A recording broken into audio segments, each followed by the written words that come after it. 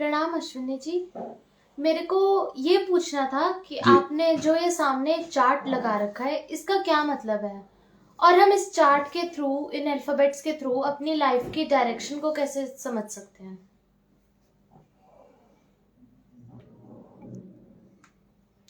प्रणाम।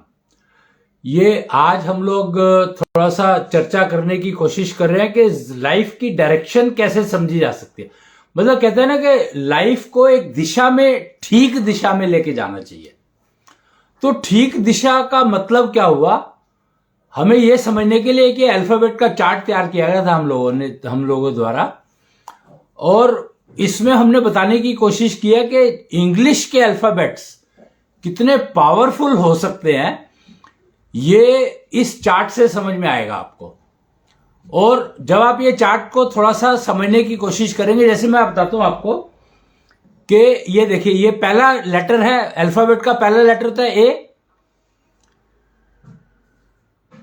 ए means alone, learn to live alone.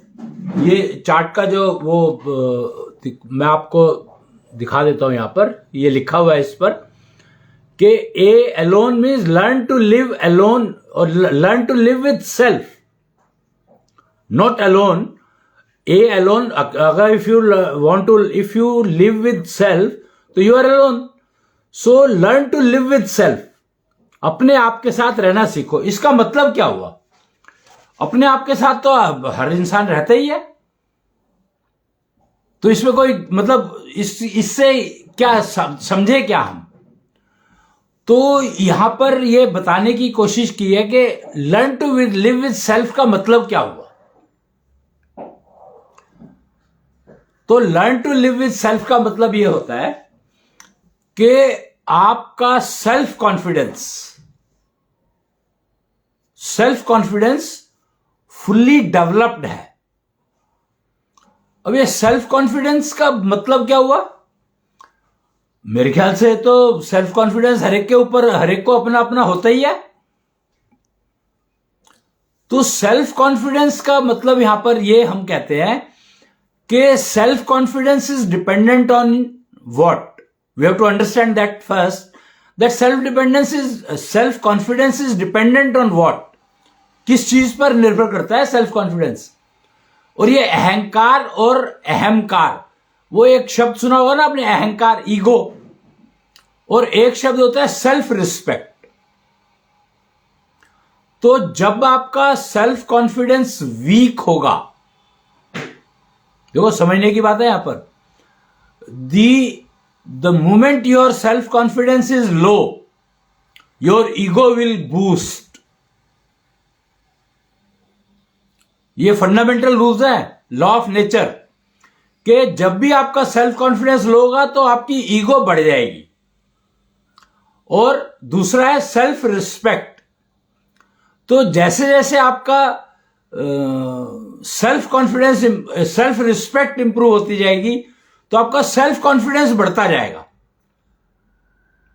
और ego और सेल्फ रिस्पेक्ट में गैप बहुत बड़ा है, बहुत ज्यादा गैप है। लोग कहते हैं कि there is a thin line between the two. No, there is a very big gap between the two, and that gap is because of self confidence.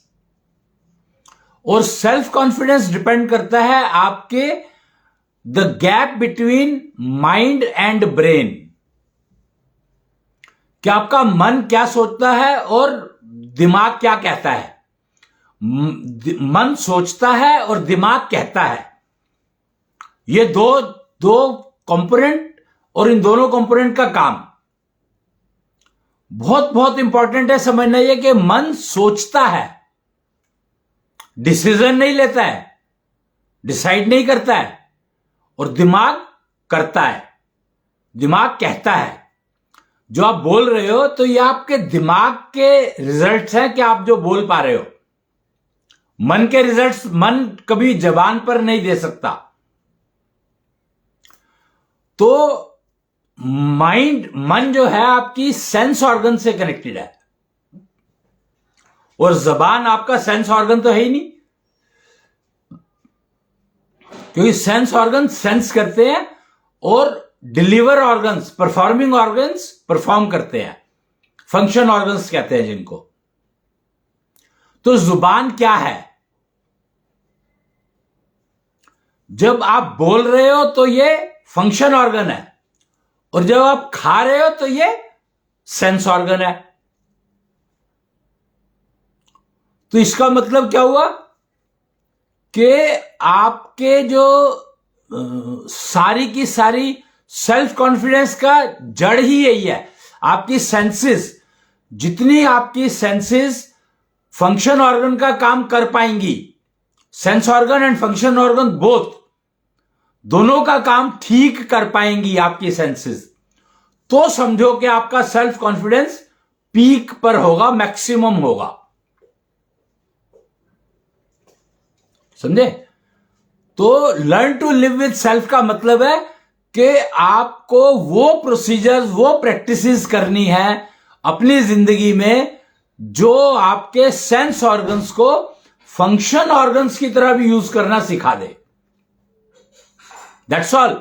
इसका मतलब ये नहीं कि आप अपनी रोटी अलग बनाओगे और आप अपना कमरा अलग बना लिया आपने, और आप अपना बाथरूम अलग बना लिया और आप किसी से कट गए, सारी दुनिया से कट गए। तो learn to live with self का इकलौता जो वो है, जो समझाने की कोशिश की गई है इसमें, वो ये की गई है कि आपके सेंस ऑर्गन्स फंक्शन ऑर्गन का काम भी कर पाए ठीक से, और आपके फंक्शन ऑर्गन्स सेंस ऑर्गन का काम भी कर पाए ठीक से। तो इसका मतलब है जब आप अपने साथ रहना सीख लेते हैं तो ये आपके सारे के सारे ऑर्गन्स डबल हो जाते हैं। नॉर्मली कहा जाता है सेंस ऑर्गन 5 होते हैं और फंक्शन ऑर्गन 5 होते हैं, परफॉर्मिंग ऑर्गन्स। लेकिन जब आप अपने साथ रहना सीख लेते हैं तो आपके सेंस ऑर्गन भी 10 हो जाएंगे और फंक्शन ऑर्गन भी 10 हो जाएंगे। ये बेसिक डिफरेंस है। Learn to live with self का मतलब है कि आपको अपने फंक्शन ऑर्गन को सेंस ऑर्गन में अपग्रेड करना और सेंस ऑर्गन्स को फंक्शन ऑर्गन में अपग्रेड करना। तो और नेक्स्ट कैरेक्टर पे चलते हैं अब वापस चार्ट पे। तो ये देखते हैं बी। और बी क्या है? बी मीन्स बिकम, बनो, लर्न टू बिकम सेल्फ। देखो कमाल है कि बी का मतलब बिकम और लर्न टू बिकम सेल्फ। पहले learn to live with self and then learn to become self, यानी अपना गुरु अपने आप बनो। बनना है, टारगेट है, ऑब्जेक्टिव है।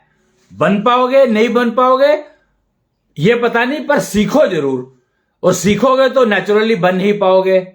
अब यहां पर अपना गुरु अपने आप बनने का पर्पस क्या है, मतलब क्या है इस बात का? मतलब what do you mean by become Guru of the self? तो इसका सिंपल सा मतलब यह है, वो एक स्टेटमेंट कही जाती है मार्केट में, सुनो सबकी करो मन की। सुना होगा ना आपने कि करो वो जो आपका मन कहे करने को, पर सुनो सबकी। तो यही है मतलब अपना गुरु अपने आप बनने का, कि अगर आप किसी चीज में कंफ्यूज हो या कोई चीज आपको समझ नहीं आ रही है तो उसके लिए आप दूसरों से कंसल्ट करो, सबसे कंसल्ट करो, जितनों से करना चाहो, लेकिन करना वो है जो आपके मन का हो। तो कहते हैं अगर मैं मन की करनी है मेरे को, तो मैं दूसरों से कंसल्ट करने की जरूरत क्या है?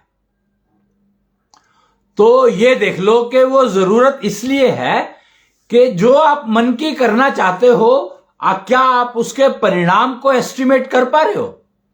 गुरु का मतलब क्या होता है यहां पर? अब गुरु का मतलब समझना पड़ेगा आपको कि गुरु शब्द का मतलब क्या है। तो गुरु शब्द का मतलब यहां पर यह है कि गुरु हमेशा गाइड करेगा कि आपका मन अगर यह करने को कह रहा है तो इस कार्य का यह परिणाम निकलेगा। यानी गुरु जो है पहले ही परिणाम का आपको बता देगा कि अगर आप ये काम करोगे तो इस काम का परिणाम ये मिलेगा, अब देख लो आपको करना है कि नहीं करना है।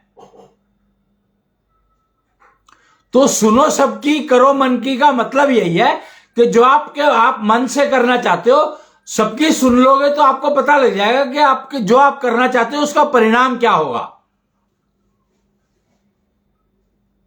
और वो परिणाम आपको चाहिए या नहीं चाहिए। मन की तो आप करोगे ही, पर मन कह रहा है कि भैया ये परिणाम मुझे नहीं चाहिए, दिमाग कह रहा है मुझे ये परिणाम नहीं चाहिए,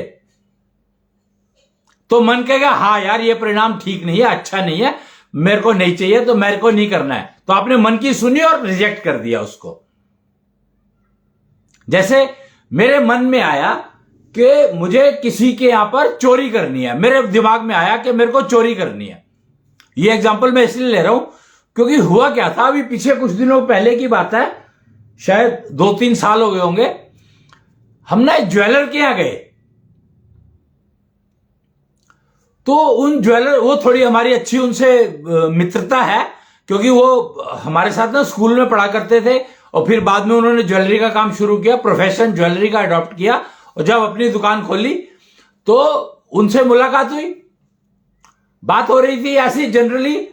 तो उन्होंने कहा कि कई बार तो ऐसा सिचुएशन हो जाती है कि समझ में नहीं आता क्या करें।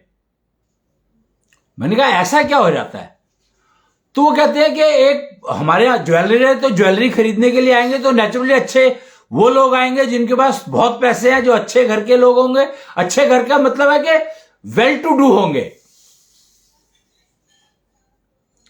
और आए, उन्होंने शॉपिंग की, पेमेंट करी और चले गए। जब हम रात को अपना स्टॉक टेकिंग कर रहे थे तो पता लगा कि एक पेयर ऑफ ये ईयर रिंग्स गायब है। टेंशन हो गई कि एक पेयर ऑफ रिंग कैसे गायब हो सकता है और हमारे यहां से चोरी कैसे कर सकता है। तो नेचुरली सबसे पहला डाउट किस पे जाएगा? जो वर्कर है वहां पर काम कर रहे, क्योंकि वर्कर जरूरी नहीं है वेल टू डू हो। पहला जो जाएगा, शक जाएगा वर्कर्स पर वर्कर पर शक कर नहीं सकते क्योंकि वो इतने सालों से काम कर रहे हैं। तो क्या करें? तो उसका सॉल्यूशन था कि सीसीटीवी कैमरा लगाया जाए। तो सीसीटीवी कैमरा हमने लगा रखा था। तो स्टॉक टेकिंग में जब ईयर रिंग कम निकला एक पेयर, तो हमने ढूंढने की कोशिश शुरू की कि भैया कौन से डेस्क से, ये ईयर रिंग का डेस्क अलग होता है, हारों का अलग होता है, नोज पिन का अलग होता है, रिंग्स का अलग होता है, डायमंड का अलग होता है, गोल्ड का अलग होता है, जेम्स का अलग होता है, सारे अलग अलग काउंटर बने हुए हैं। तो ईयर रिंग पे काउंटर पे जो कैमरा लगा था उसको हम लोगों ने चलाया, प्लेबैक किया। तो उसमें दिखा कि एक लेडी ने वो ईयर रिंग चुपचाप से अपने बैग में डाल लिया और वर्कर्स को पता भी नहीं लगा। और उन्होंने सामान इतना खरीदा था तो उसमें ईयर रिंग के पैसे नहीं आए। अब वो उन्होंने अपने आप रख लिया या कैसे हुआ, क्या हुआ ये नहीं पता, पर पेमेंट ईयर रिंग की नहीं आई, मैच नहीं कर रही है, ईयर रिंग गायब है, उसके पैसे नहीं आए हैं। अब हमें पता लग गया, और वो बहुत ही रिस्पेक्टेड गवर्नमेंट ऑफिशियल की वाइफ थी, या बेटी थी या वाइफ थी, कुछ तो बताया था उन्होंने। तो अब हम उनको कुछ कह भी नहीं सकते। कहते हैं हमारी समस्या यह है कि हमें ईयर रिंग खो गया, उससे प्रॉब्लम नहीं है इतनी। अब उनको कहें कैसे, अब जाए कैसे, करें क्या, अब क्या करें? क्यों? अब वो तो दोबारा भी आएंगी।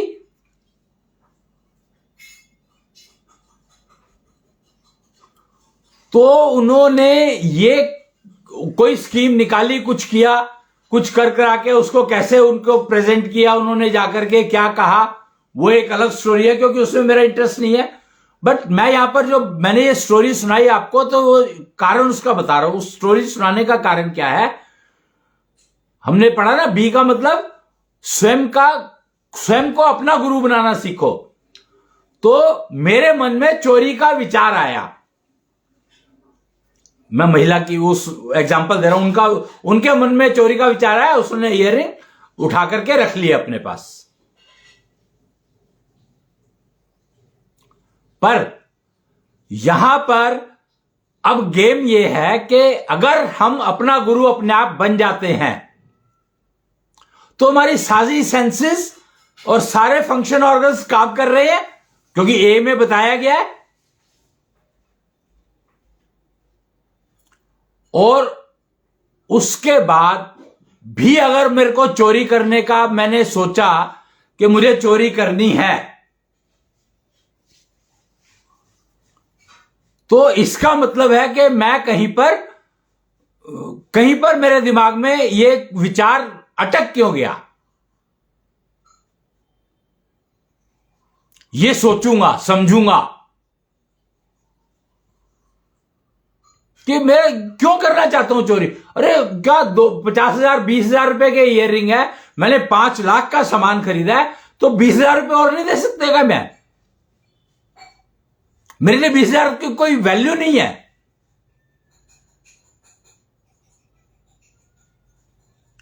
तो अगर हम स्वयं का गुरु बनना सीख लेते हैं तो जिंदगी कितनी आसान हो जाएगी।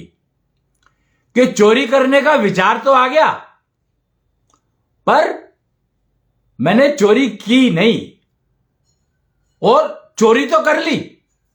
मेरे मन में विचार आया, मैंने चोरी कर ली, चलो कर ली मैंने चोरी, और छुपा लिए। लेकिन जब बिलिंग हो रही है, क्योंकि उसमें गैप है 1 घंटे का, मैंने 5 लाख का सामान और खरीदा है, तो वो बार बार वो मेरे को कहता रहेगा, यार तूने ये चोरी कर ली, तूने ये चोरी कर ली, अच्छा नहीं लगता। चाहे तुझे करनी थी चोरी, पर सोच कि समाज में रहते हो तुम, जिस वैल्यू, जो पोजीशन है तुम्हारी, जो भी तुम्हारी वो है, उसको कितना नुकसान होगा। क्या वो 20,000 से ज्यादा है या 20,000 से कम है? तो ये सारी वैल्यूएशन तुम उस 1 घंटे में कर लोगे, करते रहोगे जब तक वो कर नहीं लोगे। और एंड में आप कहोगे कि ठीक है जी, ये 20,000 रुपए और जोड़ लो, क्योंकि ये ईयररिंग मुझे लेने हैं, मैंने पहले अलग कर लिए थे, और मेरे को पता नहीं, सोच रही थी कि लूंगी नहीं लूंगी, पर मैंने अलग कर लिए थे। तो आप इनके 20,000 जोड़ लो, या मैं उसको वापस कर दूं कि नहीं यार, ये ईयररिंग मैंने ले तो लिए, मेरे को अच्छे तो लग रहे हैं, पर मुझे नहीं लेने, जिन्होंने मेरे विचारों को गलत दिशा में मोड़ दिया। इसलिए अपना गुरु बनना बहुत आवश्यक है। कोई भी नेगेटिव काम करने के लिए आपको वार्निंग आपके अंदर से आनी चाहिए। वो ऑर्गन्स नहीं देंगे, ये सेंस ऑर्गन का काम नहीं है, ये फंक्शन ऑर्गन का काम भी नहीं है। ये वार्निंग देना, ये वार्निंग कौन देगा? तो ये वार्निंग मन देगा। मन का काम है वार्निंग देना। दिमाग का काम वार्निंग देना नहीं है। दिमाग का काम वार्निंग को रिसीव करके एग्जीक्यूट करना है कि मेरे को ये चोरी करनी है या छोड़ना है। तो मन इसीलिए इंपॉर्टेंट है कि मन का काम है वार्निंग देना, अर्ली वार्निंग। मन बार बार कह रहा है कि तेरे को ये काम नहीं करना है, तेरे को ये काम नहीं करना है, अगर तेरे को करना है तो कर लिया तूने, पर पैसे देके जा इसके। क्यों? क्योंकि जो इससे जो नुकसान होगा वो कई गुना ज्यादा होगा, और सिर्फ तुम्हारा नहीं होगा, पूरे परिवार का होगा। चोरी करने का मन तुम्हारा किया, पर नुकसान पूरे परिवार को होगा। तो अर्ली वार्निंग सिस्टम का काम मन करता है। और अपने गुरु अपने आप बनो का मतलब है कि आपको अपने मन की बात ठीक से समझ आती है। सुनाई देती है नहीं, सुनाई भी देती है और समझ भी आती है। और मैं उसको एग्जीक्यूट ठीक से करूं। यह मेरे दिमाग का काम है। तो जब गुरु अगर मैं अपना बनूं, वो कहते हैं मां को पहला गुरु कहा गया है। क्यों कहा गया अभी मां को पहला गुरु?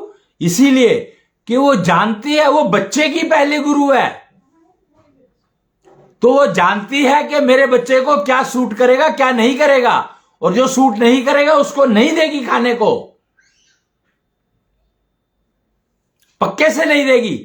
लेकिन आजकल की जो सबसे बड़ी समस्या हो गई है कि माओ को पता ही नहीं लगता कि उनके बच्चे को क्या नहीं सूट करता, पता ही नहीं लगता। तो बेचारी गाइड कैसे करेगी? गुरु तो नेचर ने बना दिया, उसको प्रकृति ने बना दिया बच्चा होते ही। लेकिन उसको गुरु बनने की ट्रेनिंग पहले दी नहीं गई, उसने ली नहीं या दी नहीं गई, या जो भी रहा हो, यह उपलब्ध नहीं थी, अवेलेबल नहीं थी। पर उसको कम से कम यह तो बताओ कि तुम जब बच्चा अगर तुम्हारे को होगा, तुम विवाह करने जा रहे हो, अगर तुम्हारा परिवार आगे बढ़ेगा तो तुम बच्चे की गुरु तुम कहलाओगी। और तुम अगर गलत काम करोगी तो बच्चे को नुकसान होगा, और बच्चे को नुकसान होगा तो तुम्हें ही सफर करना पड़ेगा। सबसे ज्यादा नुकसान तुम्हें होगा। अगर बच्चे को कोई प्रॉब्लम है तो भागदौड़ तुम्हारी होगी डॉक्टर के पास, तुम्हारा रूटीन डिस्टर्ब होगा, तुम बेकार में टेंशन में रहोगी, और तो उसकी वजह से सारा परिवार टेंशन में रहेगा। वही बात कि 20,000 5 लाख का सामान खरीदा, 20,000 रुपए के ईयर रिंग की चोरी, और सारे परिवार की बदनामी।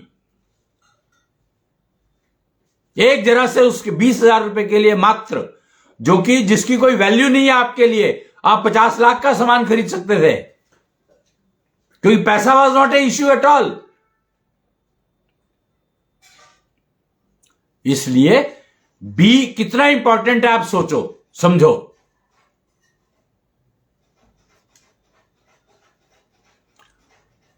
चलिए आगे चलते हैं। नेक्स्ट है सी। C means create.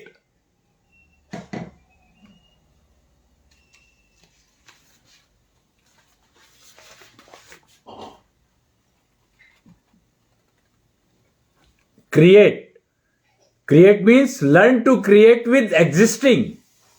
देखो कमाल की है, सी से क्रिएट करना है और learn to create with existing. यानी ये बताने की कोशिश कर रहा है, इसके लिए आपको ना किचन का समझना होगा। फीमेल किचन, मान लो उन्होंने भोजन बनाया, लंच बनाया, और सबने लंच कर लिया, और ऑल ऑफ ए सडन 2 मेहमान आ गए, और उन्होंने, घर वालों ने पूछा उनसे कि भोजन तो करेंगे, भोजन का समय है, तो उन्होंने कहा हां।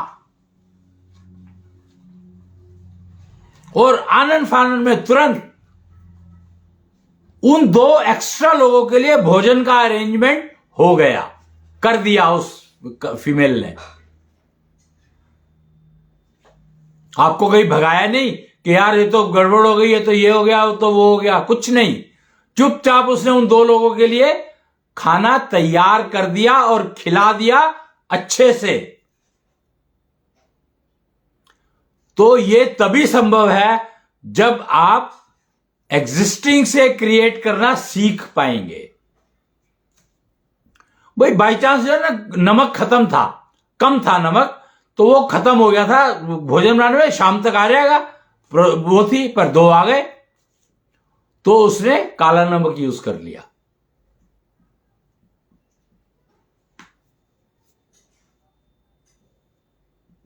ऐसा तो नहीं हो सकता सारे नमक खत्म हो, तो फिर तो भोजन बनेगा ही नहीं ना। और आटा मान लो कम पड़ गया, तो उसमें तुरंत मैदा, सूजी, कुछ भी मिलाकर के उसको, बेसन, मिस्सी रोटी, मतलब कुछ भी नाम देकर के एक नई चीज क्रिएट कर देंगी।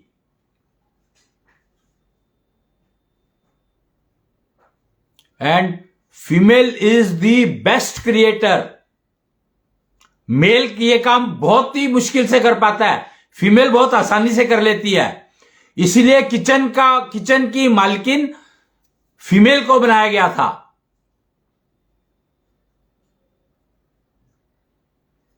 इसीलिए किचन की मालकिन फीमेल को बनाया गया था, क्योंकि मेल वो काम नहीं कर सकता। उसके लिए नमक खत्म हो गया तो उसका दिमाग काम ही नहीं करेगा कि काला नमक यूज कर लूं। They are so typed, they are so narrow minded, males are so narrow minded, and there is a reason for it. Narrow mindedness का मतलब यह नहीं है कि वो नैरो माइंडेड है। नैरो माइंडेडनेस का मतलब है कि दे आर फोकस्ड, और फोकस होकर जो आदमी काम करेगा 99% वो फेल होगा। पता है आपको, जब आप फोकस होकर के काम करते हो तो यू आर फेलियर।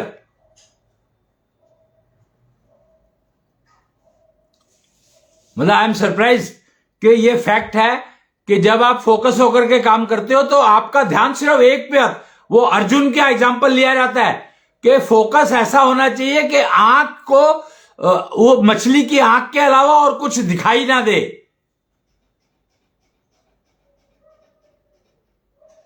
और वो फेल था, वो आंख को कभी मार नहीं सकता था तीर, क्योंकि देखना था तेल के अंदर, गरम तेल के अंदर मछली की आंख दिखाई नहीं देगी, क्योंकि वो तेल हिल रहा है।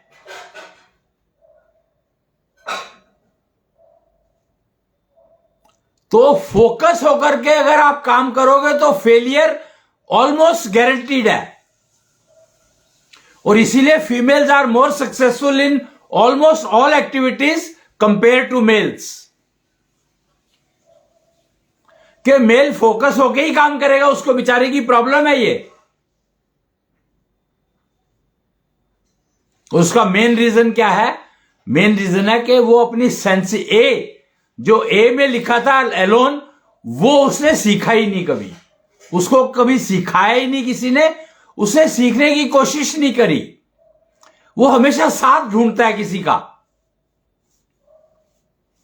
फीमेल कभी किसी का साथ नहीं ढूंढती, कोई भी काम हो she is able to do it.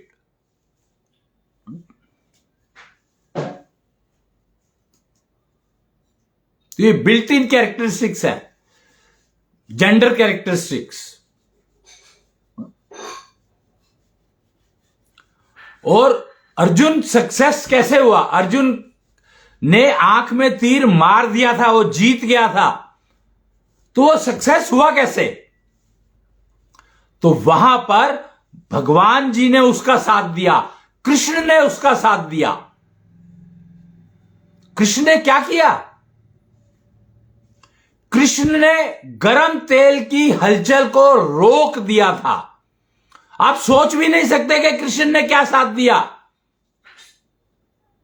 इस बात का आप अंदाजा भी नहीं लगा सकते। कृष्ण ने उस हलचल को शून्य कर दिया था, तो वो आंख को क्लियर देख पाया था।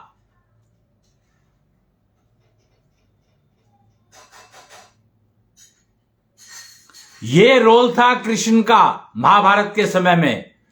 और पांडवों के साथ वो ज्यादातर समय उन्होंने पांडवों के साथ ही बिताया। क्यों? कारण क्योंकि पांडव देवताओं के पुत्र थे। पता है आपको, पांडव सारे के सारे देवताओं के पुत्र थे। कर्ण सूर्यपुत्र, अर्जुन इंद्रपुत्र, भीम वायु देवपुत्र,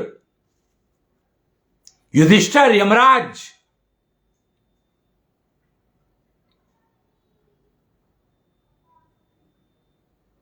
तो कृष्ण की मजबूरी थी उनके साथ रहना, क्योंकि उनको ट्रेन करना था। आगे उन्होंने जाकर के सिंहासन संभालना थे, तो उनको ट्रेन करना था, ट्रेनिंग देनी थी।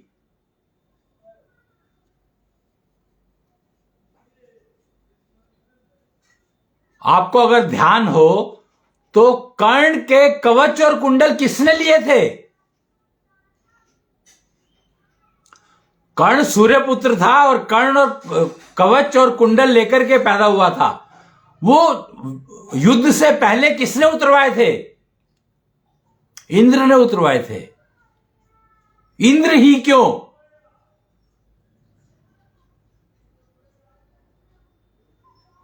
तो इंद्र इसलिए क्योंकि इंद्र जो है वर्षा, जल का देवता है। जल में भी वर्षा का देवता है। एक्चुअली इंद्र जो है वर्षा का देव है, वर्षा का, बारिश, रेनिंग के मालिक इंद्र हैं। और बादल जब हो जाते हैं तो सूर्य को ढक लेते हैं वो।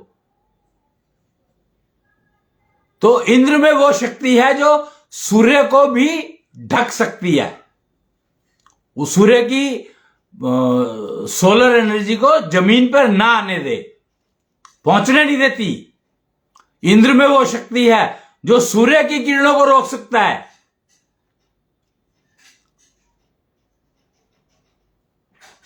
सूर्य की किरणों का उपयोग कर सकता है।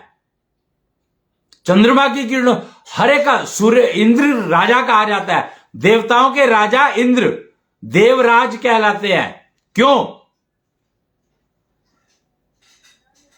क्योंकि सारे के सारे जो देवता है वो उन सबको, देवताओं को कंट्रोल वो करते हैं। और सबसे स्ट्रांग देवता सूर्य को माना गया है। सबसे पावरफुल देवता सूर्य है।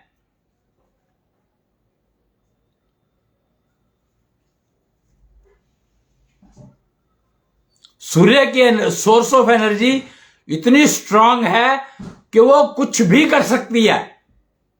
आप देखो, आग लगाने में 1 सेकंड थोड़ा सा उनकी रेस को कंसंट्रेट कर दो, आग लग जाएगी तुरंत।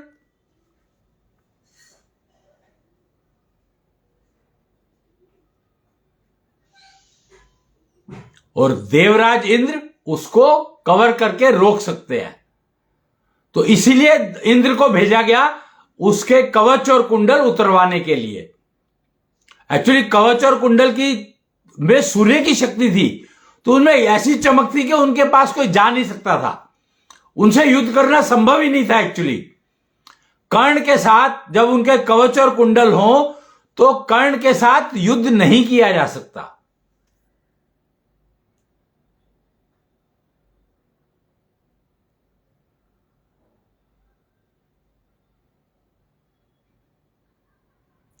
कवच और कुंडल के साथ उनके साथ युद्ध तभी किया जा सकता है जब सूर्य ना हो, यानी रात को युद्ध हो। इसीलिए महाभारत में जो रूल थे कि सूर्य अस्त के बाद युद्ध नहीं होगा। और इसीलिए इंद्र को भेजा गया था कवच और कुंडल लेने के लिए, कि वो सूर्य की जो पावर थी, जो कवच और कुंडल को मिलती थी, वो काट दी उन्होंने, डिस्कनेक्ट कर दी।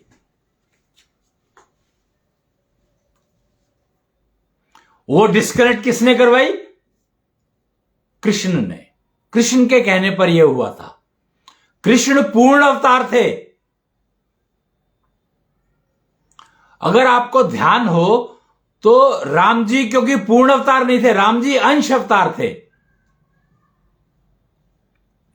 तो राम जी ने समुद्र को सुखाने की बात की थी,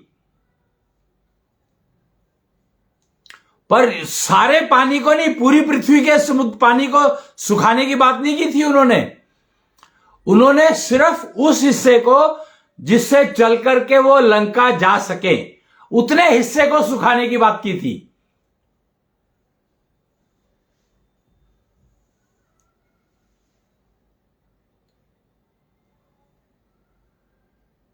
और कृष्ण क्योंकि पूर्ण अवतार थे तो वो कुछ भी कर सकते थे, कुछ भी कर सकते थे।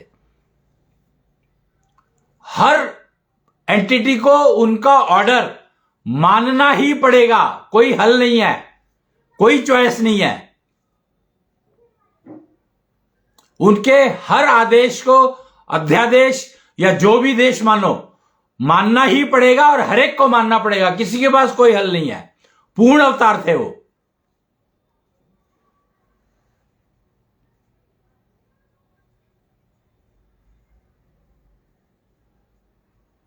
तो उन्होंने पांडवों की हमेशा हेल्प की, हर जगह पर, क्योंकि ट्रेनिंग दे रहे थे वो उनको, आगे उनको क्या करना है उसके हिसाब से उनको ट्रेनिंग दे रहे थे। धरती पर रह करके कैसे क्या क्या होता है क्या नहीं होता है सारा दिखाया उनको उनके माध्यम से, और धरती के लोगों को दिखाया कि देवता कैसे काम करते हैं। दोनों तरफ की ट्रेनिंग थी।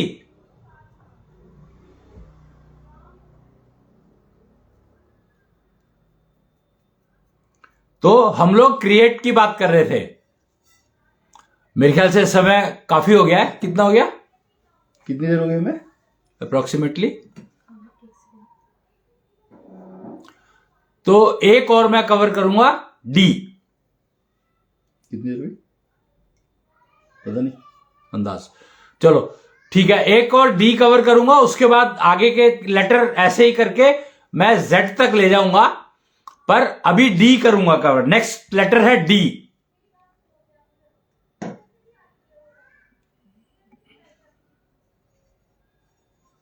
डी, डी में कह रहे हैं यहां पर डेथ, मृत्यु।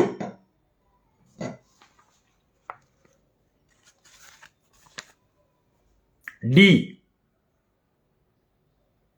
Death, learn to enjoy death. मृत्यु को आनंद की चरम सीमा बनाना सीखें। उफ, मृत्यु तो इनएविटेबल है, आएगी आएगी, डेफिनेट है, कोई रोक नहीं सकता। जब इंसान पैदा होता है तो अपने साथ रिटर्न टिकट लेकर आता है, यानी मृत्यु के लिए अपना रास्ता चुनकर आता है, लेकर आता है, साथ ही लेकर आता है कि मुझे मरना तो है ही, उसको पता होता है मुझे मरना है, उसके ही हाथ में है, उसको मरना तो है ही, पक्का है, निश्चित है। तो जब जो चीज निश्चित है उसको भी अगर हम एंजॉय नहीं कर पाए तो उस जीवन का फायदा क्या? वो कहते हैं ना कि कोई काम करने में बहुत आनंद आता है। अरे जब जो काम करने में आनंद आता है वो काम अगर आप नहीं करोगे तो फिर आपकी जिंदगी का फायदा क्या हुआ?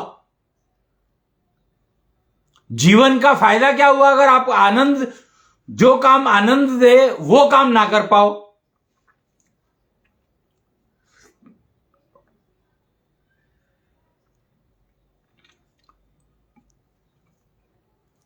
जो काम आनंद दे वो तो इंसान बार बार करता है।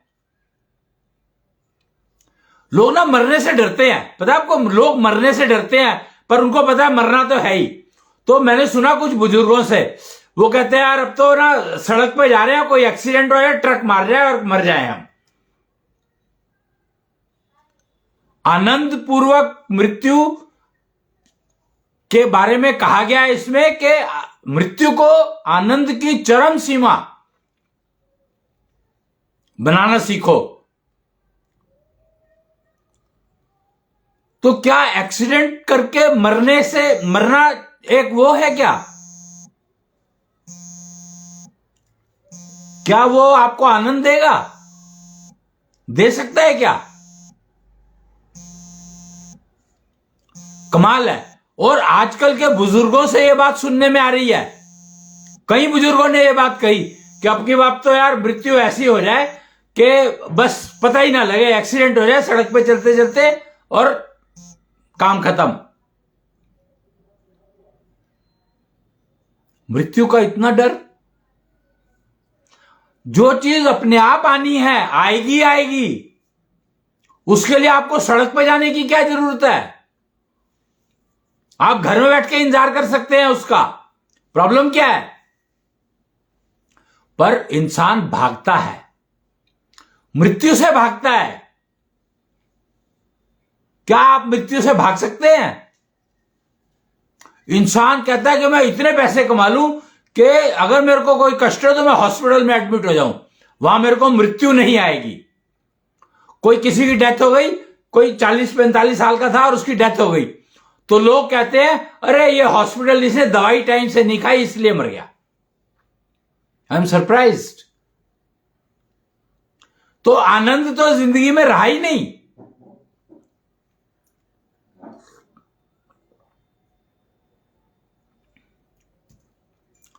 और इंग्लिश का अल्फाबेट डी कहता है कि मृत्यु को चरम सीमा बनाओ। पूर्ण आनंद, संपूर्ण आनंद में होने चाहिए आप। जब आपको मृत्यु आए तो आप संपूर्ण आनंद में होने चाहिए। उस संपूर्ण आनंद तो कहां मिलेगा? जब आप अपने परिवार के साथ हो। अगर आप अकेले कहीं पर घूमते हो और मर गए हो तो आपको कोई पहचानेगा ही नहीं। और मान लो पहचानेगा भी तो फाइनली आपको आपके परिवार के पास ही लाके छोड़ देगा। लेकिन अश्विनी जी, अगर किसी की डेथ अपने परिवार के साथ होती है तब भी वो आनंद में कैसे हो सकती है? मृत्यु तो कभी भी आनंद में नहीं हो सकती। करेक्ट। इसीलिए कहा है कि मृत्यु को आनंद में बनाना सीखो। हो नहीं सकती नहीं है, हो सकती है, पर उसको, क्योंकि अभी मैंने जैसे एग्जांपल दिया आपको कि बुजुर्ग कहते हैं कि एक्सीडेंट हो रहा है मैं मर जाऊं, तो उसका क्या मतलब हुआ कि जब वो चल रहा है तो उस समय तो वो आनंद में है ना, उसमें उसको थोड़ी कोई प्रॉब्लम है।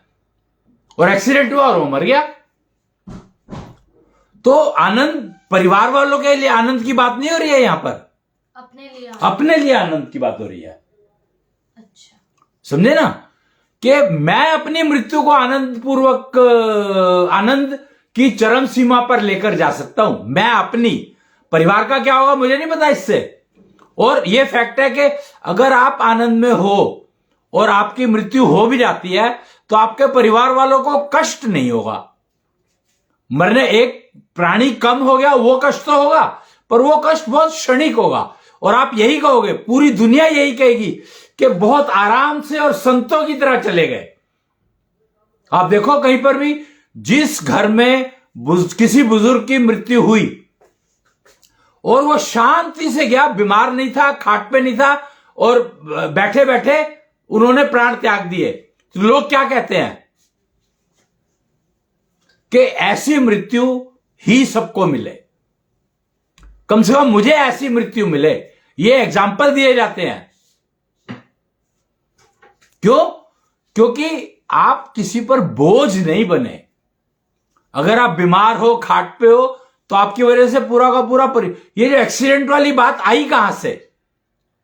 जिन बुजुर्गों ने भी एक्सीडेंट की बात करी कि अब तो बस एक्सीडेंट हो जाए मैं मर जाऊं, तुम्हें पता होना चाहिए कि उन बुजुर्गों ने यह बात इसलिए कही क्योंकि उनके घर में ऑलरेडी एक बुजुर्ग बीमार पड़ा है और सारा परिवार उस बुजुर्ग के आसपास ही घूमता रहता है। सारे परिवार को स्ट्रेस रहती है कि अरे उनको देखो कोई पानी चाहिए, उनको देखो कोई कुछ खाने को चाहिए, उनको देखो कि कोई दवाई का टाइम हो गया, उनका ये हो गया, उनका वो हो गया, हर समय और हर को, सबको। तो मतलब वो ये नहीं चाहते कि हमारी बीमारी की वजह से हम अपने परिवार पे बोझ बन जाएं। कष्ट मतलब आनंद पूर्वक बनाओगे तो आपको पता ही लगेगा ना आपकी मृत्यु कब होगी, ना आपके परिवार वालों को पता लगेगा। मैं एग्जांपल देता हूं, यहां पर एक कपल था, वो सीढ़ियों पर बैठे थे, शाम को कहीं डिनर करके आए और वो सीढ़ियों पर बैठे थे और बात कर रहे थे आपस में, और उनमें से एक लुढ़क गया। तो दूसरे जो बैठी थी मिसेज उनकी, उनको पता ही नहीं लगा कि क्या हुआ, और उन्होंने तुरंत हॉस्पिटल में कॉल किया और एम्बुलेंस बुलाई और उनको लेकर के हॉस्पिटल चले गए। देखो कहीं पे कष्ट नहीं है, कहीं पर भी कष्ट नहीं है। अगर कष्ट होता तो क्या वो फोन कर पाती? नेचुरली नहीं कर पाती। और इसलिए इतनी सफाई से उन्होंने प्राण त्यागे उनके हस्बैंड ने कि उनको पता ही नहीं लगा। और आज तक भी वो ये मानती है कि नहीं वो तो कहीं गए हैं, जबकि उनको पता है कि मृत्यु हो गई है, सब कुछ है, सारे कार्यक्रम, सारे उनकी जो संस्कार था वो सब कुछ किया गया उनके सामने ही। उनको इस बात का कष्ट तो था कि वो बिना बताए चले गए।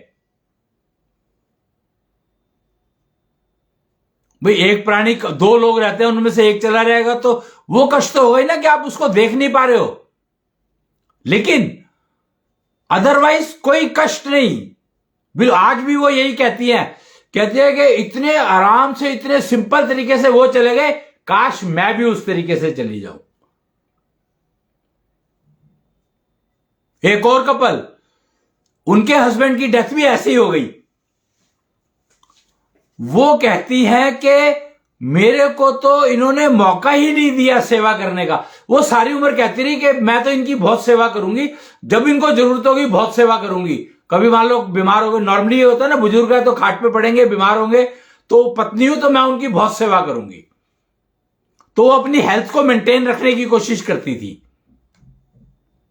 पर उनके पति वो उसके बिना कष्ट के उन्होंने शरीर छोड़ दिया। तो वो कहती है मेरे को एक ही कष्ट है कि उन्होंने मुझे सेवा का मौका नहीं दिया, और कोई कष्ट नहीं है। इतने आराम से चले गए, कुछ भी नहीं, किसी को तकलीफ नहीं दी, कुछ भी, किसी भी तरह की कुछ भी नहीं, पता भी नहीं लगने दिया कि बीमारी नाम की चीज थी नहीं, कुछ भी। इतनी बढ़िया दिनचर्या थी उनकी। रोज सुबह उठते थे, 2 घंटे योगा प्राणायाम करते थे, सैर करके आते थे, घर का सारा सामान जो भी जरूरत होती थी, जरूरत की चीजें घर की, जैसा जब सब परिवारों में जैसे चलता है, चलता था। जॉब कर, वो कहीं पर कंसल्टेंसी करने जाते थे जॉब के लिए, शाम को गाड़ी चला करके वापस आए, डिनर किया, टीवी देखा, पर जब सोने जाने लगे, खत्म। जब हॉस्पिटल लेकर गए तो ब्रॉट डेड। किसी को कोई कष्ट नहीं, किसी को पता भी नहीं लगा कि क्या। सिर्फ जब वो चले गए और जब रिलेटिव्स थे वो सब चले गए, उनका संस्कार हो गया, तो समझ में आया कि घर में एक प्राणी कम हो गया। तो वो कष्ट एक अलग कष्ट है, पर कष्ट किसको कहा जाता है? मेरी अपनी लाइफ को देखूंगा मैं, आनंद पूर्वक मुझे अपनी मृत्यु को बनाना है, अपनी डेथ को मेरे को आनंद पूर्वक अपने लिए बनाना है। और अगर मैं अपने लिए अपनी डेथ को आनंद पूर्वक बनाना सीख लेता हूं, तो डेफिनेट है कि मेरे परिवार वाले मेरे से दुखी नहीं होंगे।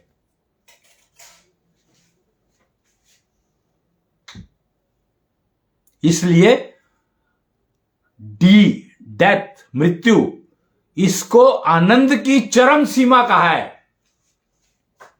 होना चाहिए।